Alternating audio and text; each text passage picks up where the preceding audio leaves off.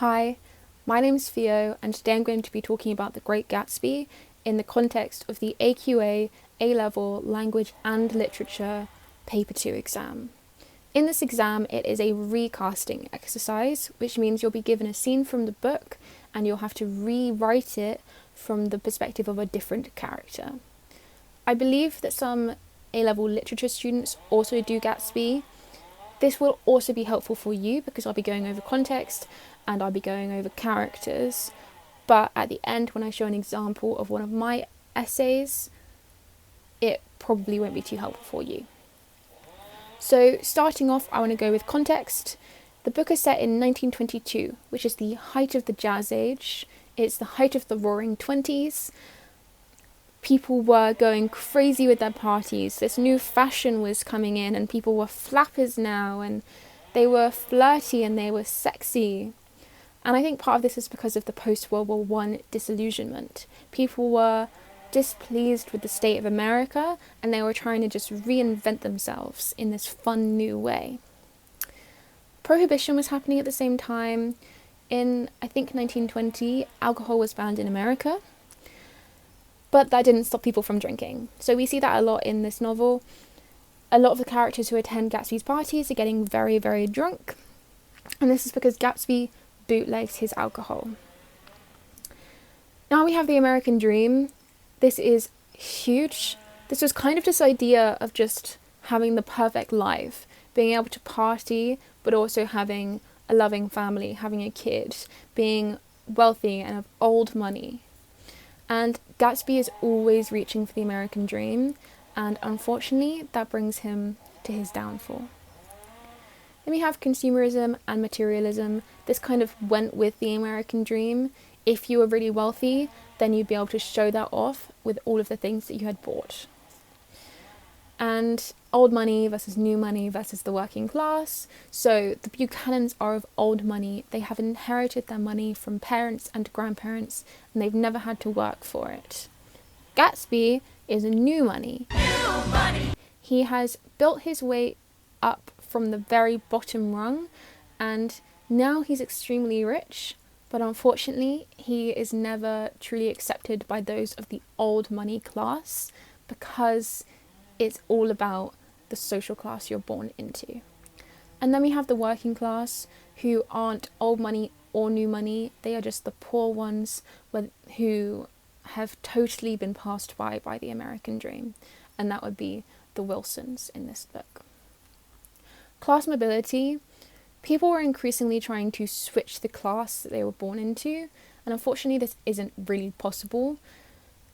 If you were born into old money, then you are very comfortably in that class. No matter how hard Gatsby tries, he cannot be in the social circle of old money people because he wasn't born into old money, and they can tell.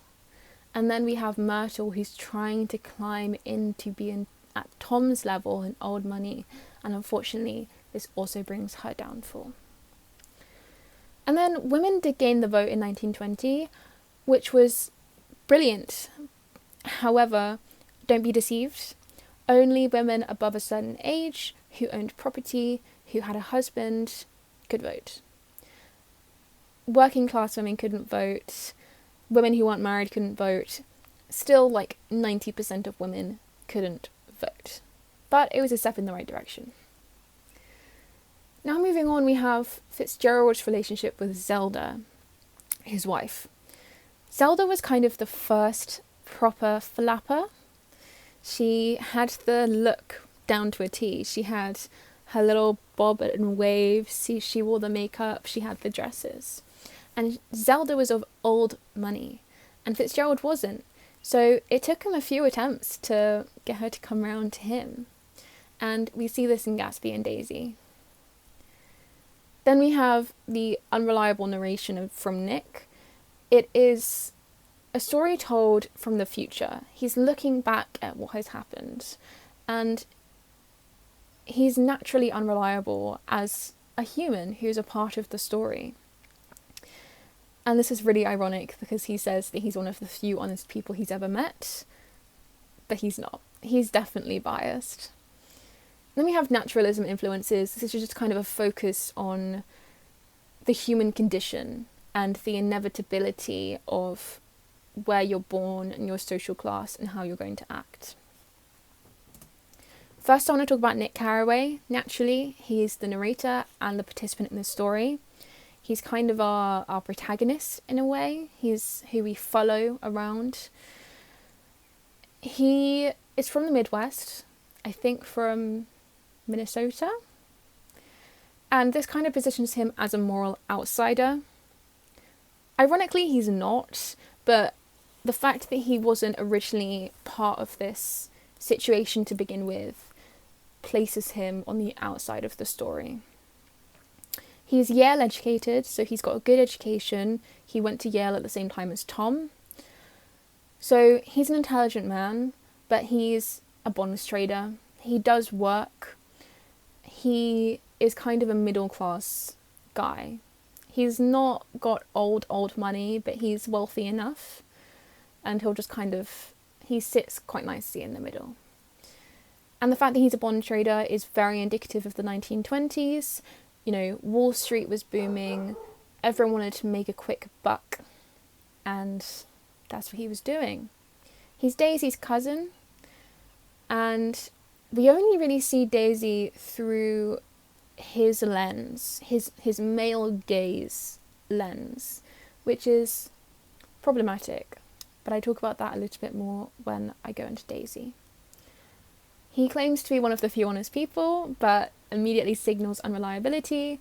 So the fact that he's even saying that is ironic, because that's something you prove, it's not something you tell people. But we also see him romanticizing Gatsby and giving his opinion on different scenes, and that's totally unreliable. So we can't really fully trust everything he says. He's probably omitting things that he did to make himself look better. He's probably describing some characters as worse, like the way he describes Tom, just to really build this story in the way that he saw it. He's possibly queer-coded. I wouldn't bring this up in a recasting. It wouldn't really come up. However, I think it's good to think about. There's a scene with Mr. McGee in an elevator after they've fallen asleep in the same bed, where Mr. McGee holds a lever and he gets told off for it, and it's just kind of all quite full of innuendo between the two of them. And Nick's obsession with Gatsby, his romanticization of Gatsby, is incredibly queer-coded. I will say that my own teacher told me off for bringing up the queer side of things too much, so I would try to avoid it. But you know what, if it fits into your writing, then do it. But do bear in mind that you're supposed to be imitating Fitzgerald's style of writing, and he wouldn't make it explicit, it would be implicit. So if you do want to suggest any kind of queer coding in your writing, make it as subtle as possible. Imagine you're writing from the 1920s and you don't want to be cancelled. Nick is really disillusioned at the end of the novel, and this just mirrors Fitzgerald's message that the American dream is futile, that only bad things can come of striving that high. Again, retrospective storytelling adds to the unreliability, and he's there's a bit of a typo there. He's a passive observer, but he's nonetheless complicit. So while he's not the biggest part of the story, he's there, and he's the one who sets up the tea party for Gatsby and Daisy, and he's still very much a part of this story. Maybe the story still would have happened without him, but nevertheless, he definitely is complicit. Next, I want to talk about J. Gatsby. Now, that isn't his given name. His given name was James Gatz, but he reinvented himself after a summer with Dan Cody. He is new money. It's all built from crime, but he is incredibly wealthy. But that doesn't really mean anything. If you're not born into old money, it doesn't matter. And he's kind of performing this wealth. He doesn't really participate in it. You see in his parties, he doesn't drink. He's not really participating. He just kind of observes. We even see at the end of the novel just before he dies, that he gets into the pool and he says, "You know, I haven't used my pool all summer," which is crazy. He is obsessed with Daisy. She kind of represents the completion of the American dream for him, to the extent where he doesn't really see her as a person anymore. And he just sees her as this idealistic, perfect 1920s woman who he needs to collect. And he met her when he was an officer in 1917, so 5 years prior to the story taking place. And then, of course, he went back to war, and Daisy married Tom for stability and for, you know, staying in the same class and everything. But she's still thinking about Gatsby, and he obviously has still been thinking about her, because he's built this whole mansion and he's placed it directly across the bay from Daisy and Tom, because it's all he can think about. His eventual tragedy is rooted in delusion. Not only the delusion of him still thinking that he can complete the American dream, but the delusion that Daisy's going to come back. Daisy said that she was going to go home and just grab a couple of things, and really she was just staying with Tom. And Gatsby's there waiting for her when he gets shot. The green light. Goodness me. So this is a huge metaphor in the book. The first Nick sees of Gatsby is when he is on his balcony reaching out for the green light across the bay. And what's across the bay? Daisy's house. So the green light signals his obsession with Daisy and how he can't get to her, how he can never reach her. And it also signals the kind of the completion of the American dream for him. If he can reach that green light, then he's won the American dream. He's shrouded in rumour as well. He's kind of more myth than man. We hear people say that they thought he was a murderer, that he was a spy, that he was this, he was that, and no one really knows who he truly is. He's just a guy. He's just a man. There's nothing particularly special about him. Sure, he's a criminal. Yeah, he briefly went to Oxford for like 3 months, but that's about it. There's nothing particularly interesting about him. Nobody really attends his funeral. We've got Owl Eyes, we've got Nick, but none of all of those people that attended his parties show up. And this just shows how surface level and transactional all those relationships were. No one cared who was throwing the party. They just showed up to the party. And then he shows the corruption of the American dream. Again, he's bootlegging, he's a criminal. And the American dream can only be achieved if you're born into it. But unfortunately, he thinks that he can get it even when he was born into poverty. I want to talk about Daisy next. She's from old money. She married Tom for security and for status. She's incredibly materialistic, very indicative of the 1920s. And she lets Gatsby take the blame. She does not care. She runs over Myrtle. She murders Myrtle. But she just lets Gatsby take the blame. No second thought about it. And she doesn't even return to Gatsby to say thank you or anything. She just runs away. And that's the thing. It's all of these rich people retreating into their wealth and just being able to stand back and not take any kind of blame and do what they want when they want to. Again, she immediately leaves after the accident. Her and Tom pack up, which they've done before when Tom broke the wrist of a maid that he was sleeping with, I think is what Jordan says. They just pack up and leave. They are literally just escaping reality. And yeah, she represents what Gatsby wants, but she really exposes the emptiness of that. She's got her perfect life. She's just kind of playing around with Gatsby because she knows that he'll get her some alcohol, he'll be a fun time for a while, and then she can go back to Tom. It's incredibly empty. And as I mentioned before, we only see Daisy through the male gaze. I mean, we only see everyone through Nick's gaze, but Nick really romanticizes Daisy in a way that's a little bit weird when you're reading it for the first time. I remember reading it years and years and years ago, and I must have just skimmed over the bit where I read they were cousins, and I really thought Nick had a thing for Daisy. You know, he's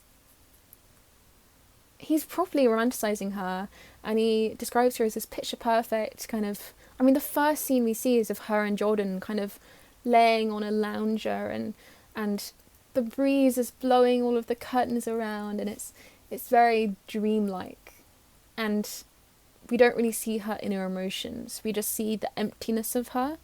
I'm sure she's got, you know, I'm sure there's some guilt there. I'm sure she feels a little bit bad, but we just see Nick being angry at her and seeing her as this empty person. We have a beautiful little full speech which shows that she's semi-aware of how bad it is and the state of the world. And she says that she looked at her baby Pammy and said she hoped she'd be a beautiful little fool so that she could just blissfully get through life. It's just blissful ignorance is what she's wishing, because she doesn't have that. She's too aware of her own situation. But there's also kind of ironic, because she's got a very cushy life. She's very comfortable. And supposedly, beautiful little fool is something that Zelda Fitzgerald said when her and Francis had their child. And then just her total carelessness. She is so careless. She's just having a fun time. And she knows that it will fix itself in the end. But she's not really thinking about the way Gatsby's going to feel. She doesn't care. Tom Buchanan. He is old money. And he's a former Yale football star. He's openly racist. And he feels threatened by this social change. He's one of those old money gentlemen who really wants to keep it the way it is because he feels threatened. And I think that's part of his racism as well, when he's talking about reading this book about the black people taking over or whatever. I think he just feels threatened by him not being the top of the social ladder for once. He's serially unfaithful. We know that he's cheated on Daisy numerous times, but that's kind of just accepted as the way. Although Daisy doesn't like it, although Jordan criticises it, Nick criticises it, it's also just kind of part of society. And the still inequality between men and women. He's incredibly hypocritical. He gets angry at Daisy for having an affair while he's having an affair with Myrtle. He's physically imposing. I said before that this is all through Nick's lens, and he criticises Tom a lot. I mean, for good reason. Tom sucks. But he also describes Tom as this hulking figure and quite animalistically, and he's just described in this really dreadful way. And that shows, you know, he's physically imposing because socially he's imposing. But also, I feel like it is exaggerated because of Nick's perspective. Myrtle's death is indirectly his fault because he led her to believe that Gatsby's car was his, so she jumps in front of Gatsby's car. And he manipulates George into killing Gatsby. Again, through the car thing. You know, he explains that, you know, the yellow car, the cream car, that's Gatsby's, it's him. So George believes that Gatsby is the one who was having an affair with Myrtle. And he just represents the careless cruelty of the elite, both him and Daisy. You know, people have died because of him, and he doesn't care. He's not going to take the blame. He doesn't care if this working class, you know, garage owner kills someone and then shoots himself. He doesn't care. He'll just run away. He'll just go find a new house with his wife and his child. Jordan Baker. She... There's also a typo on this screen. there's two typos. Sorry about that. Jordan is a professional golfer. She cheated on her first tournament. So we know that she's potentially dishonest and that this could carry through into her personal life.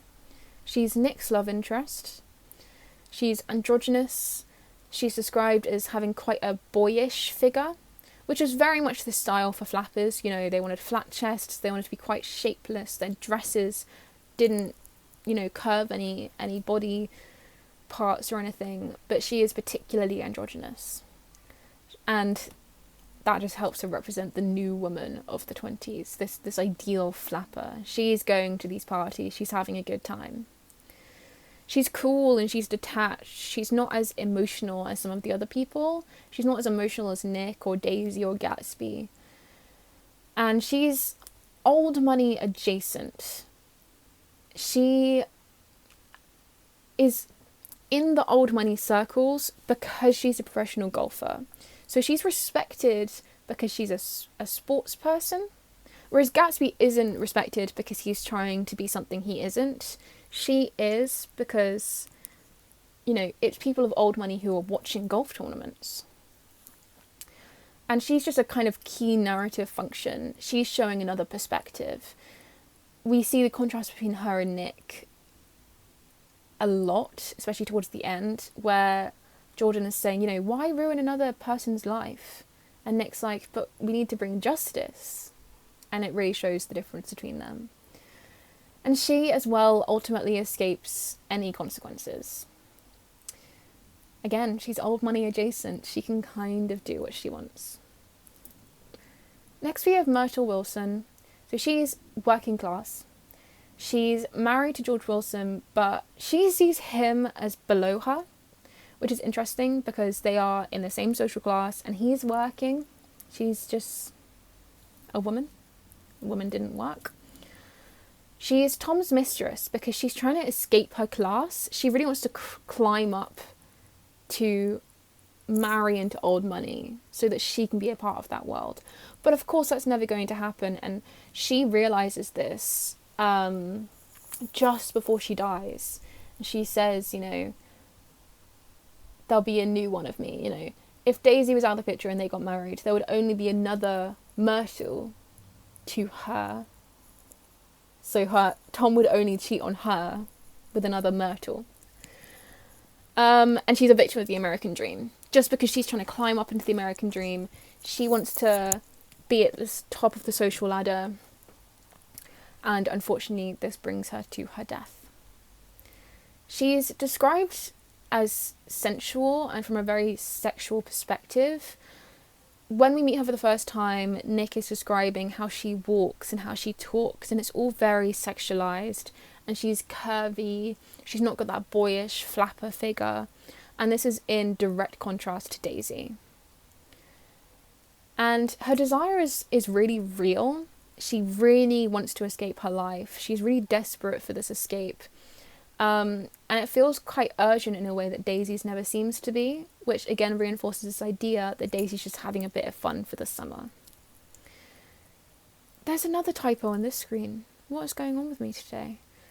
She was killed by Daisy, who was driving Gatsby's car, but of course Gatsby took the blame.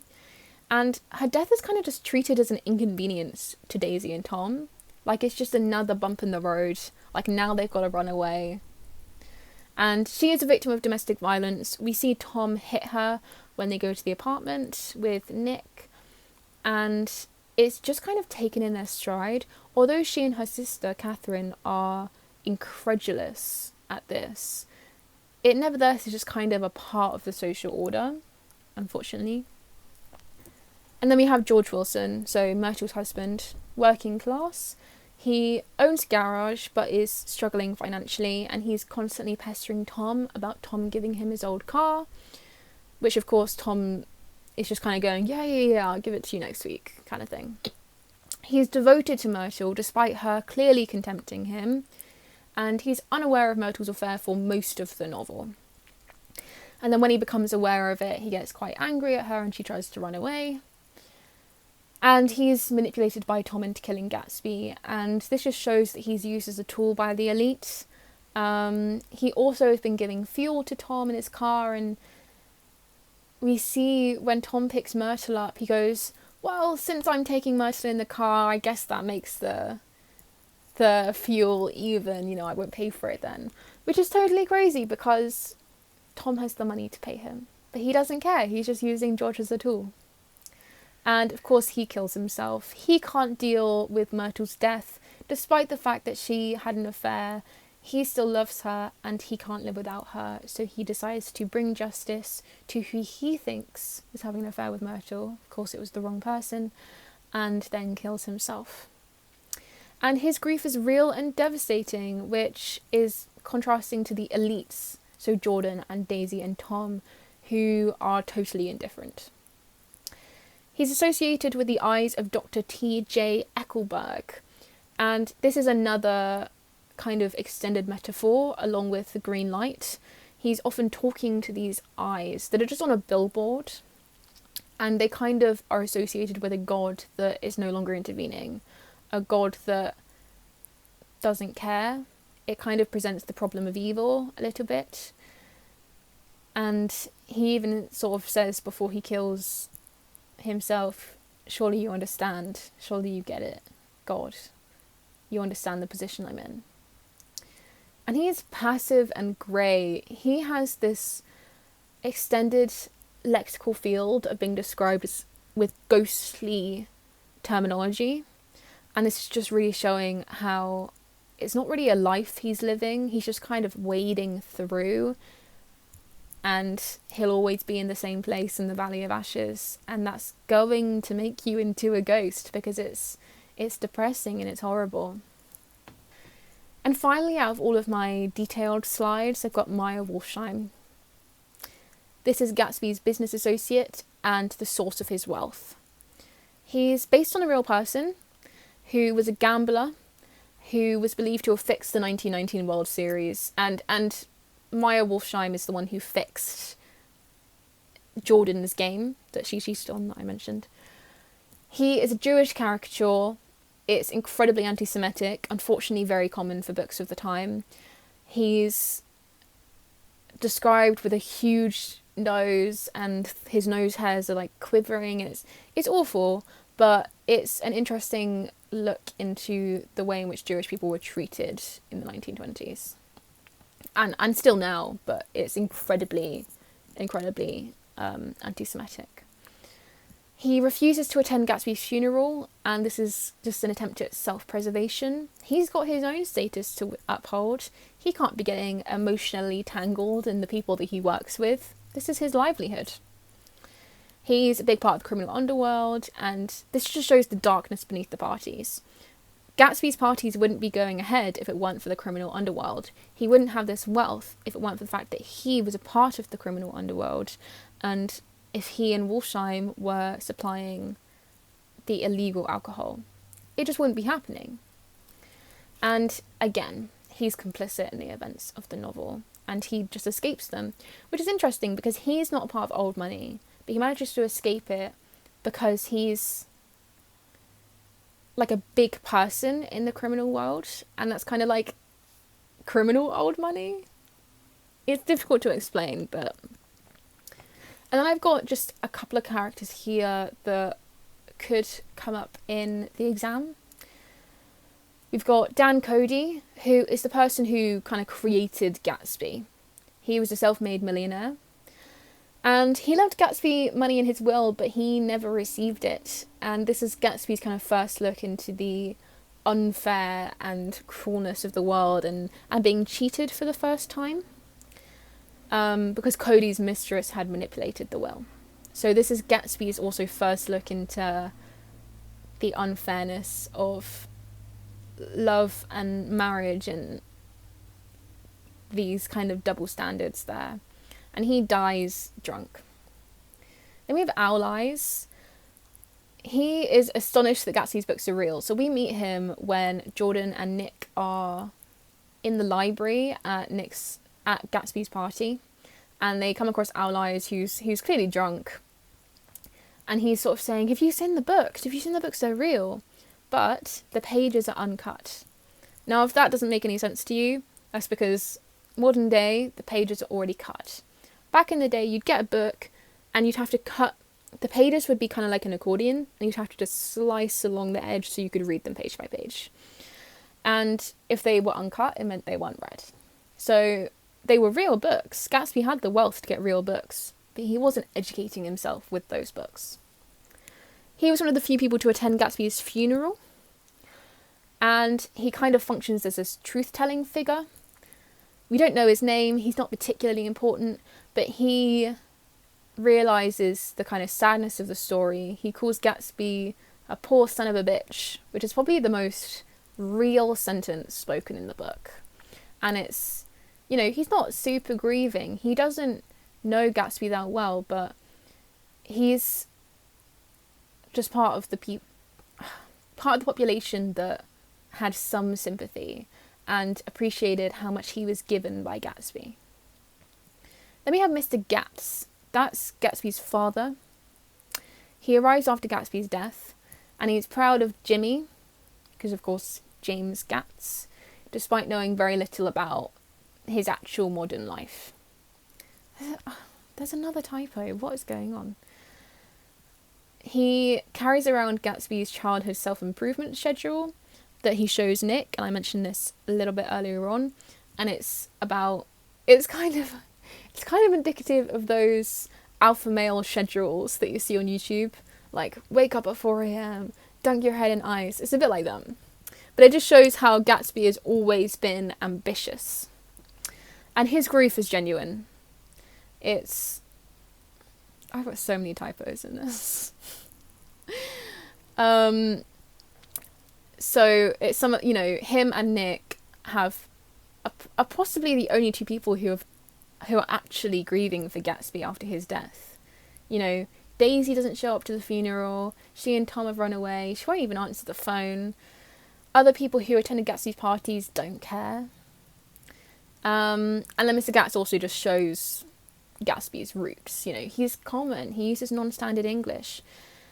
And that shows where Gatsby has built himself up from. Other people that might show up could be like maids.